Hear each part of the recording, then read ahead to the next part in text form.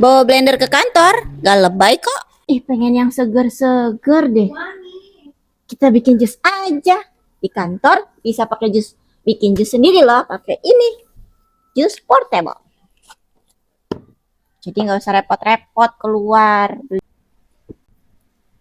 Jus alpukat. Masukin kita alpukatnya. Dan kita masukkan susu. Masukkan air, sedikit air.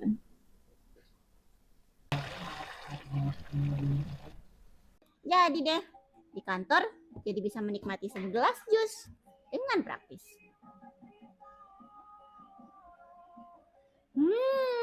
Mantap.